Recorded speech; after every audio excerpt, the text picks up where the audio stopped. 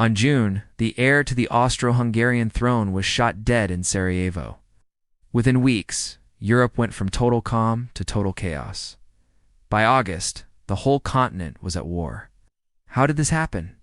He was the heir to the Austro-Hungarian Empire, the ruler of Austria-Hungary's various ethnic groups. But Franz wasn't very well liked, especially in Bosnia. Franz was riding in an open car with his wife Sophie, when suddenly a young man stepped out in front of them and fired 2 shots. Both the Archduke and his wife fell dead within minutes. Well, Europe was caught in a web of alliances. The assassination of Archduke Franz Ferdinand was like a lightning strike. It was the spark that ignited the powder keg of Europe. So stay tuned for more information about how the United States ended up joining this global conflict. In reality, the deeper causes of the war were decades in the making. The assassination itself was actually not even that big of a deal. People in Austria-Hungary didn't even like the Archduke. Many in Europe thought that Serbia had a right to annex Bosnia. The real problem was that each country felt so threatened by the others that they formed a bunch of alliances. They also competed with each other for colonies and engaged in a massive arms race. So when the Austrians decided to punish Serbia for the assassination, the Russians felt compelled to help them. That meant that if Austria-Hungary attacked Serbia, they would have to attack them through Germany. Then the British would enter the fray, because they were tied to Belgium.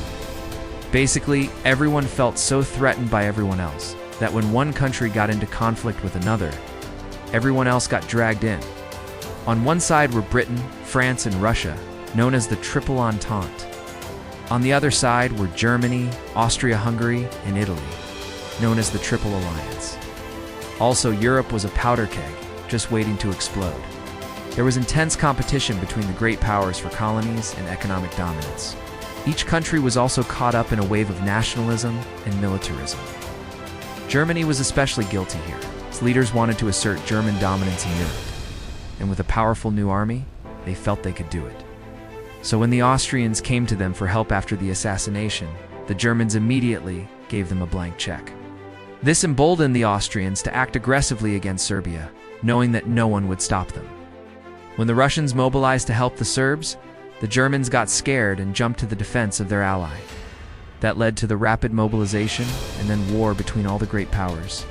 The assassin, a 19-year-old Bosnian Serb named Gavrilo Princip, was arrested. He and 6 accomplices were put on trial. Though Princip was only 19, he was too young for the death penalty. So he and his adult co-conspirators were each sentenced to 20 years in prison. You see, in 1908, Austria-Hungary had annexed Bosnia on July 23rd, delivered an ultimatum to Belgrade, the Serbian capital.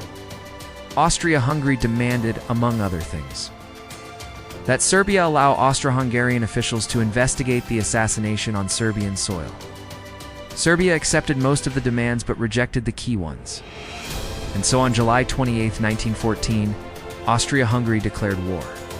A region that most people thought should be a part of Serbia. It's made Serbia's nationalists angry.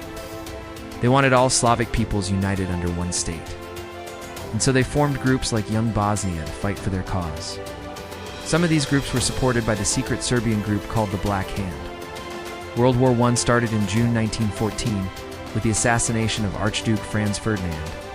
And so when Franz came to visit Sarajevo on June 28, 1914, they saw an opportunity to strike. But while Princip may have been a teenager, the political fallout of his actions would be far-reaching and deadly. Austria-Hungary blamed Serbia for the assassination. Within days, the Russians began mobilizing their army because they were Serbia's ally. When this happened, the Germans, who were allied with Austria-Hungary, got nervous. On August 1, 1914, they declared war on them. Then on August 3rd, they declared war on France, too. To get to France, they needed to go through neutral Belgium. So on August 4, 1914, German troops marched into Belgium, violating its neutrality. This caused a political crisis in Britain. They had obligations to defend Belgium, not to mention being tied to the Antwerp Cordial. So on August 4, 1914, the British declared war on Germany. Europe went to war in less than a month. How did it escalate so fast? It was a perfect storm.